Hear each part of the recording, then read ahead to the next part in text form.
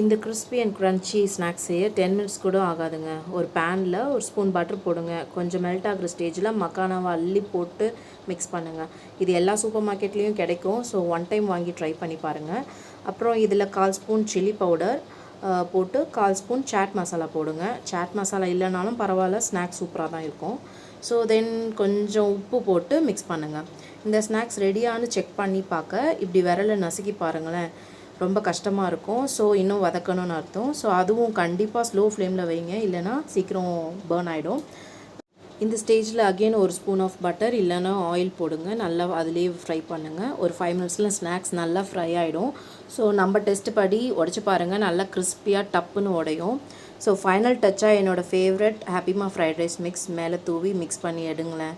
அருமையான snacks ready ஆகிடும். First time பார்க்குற மக்களை அப்படியே சப்ஸ்கிரைப் பண்ணிவிடுங்க. நெக்ஸ்ட் வீடியோவில் பார்க்கலாம். பபாய்.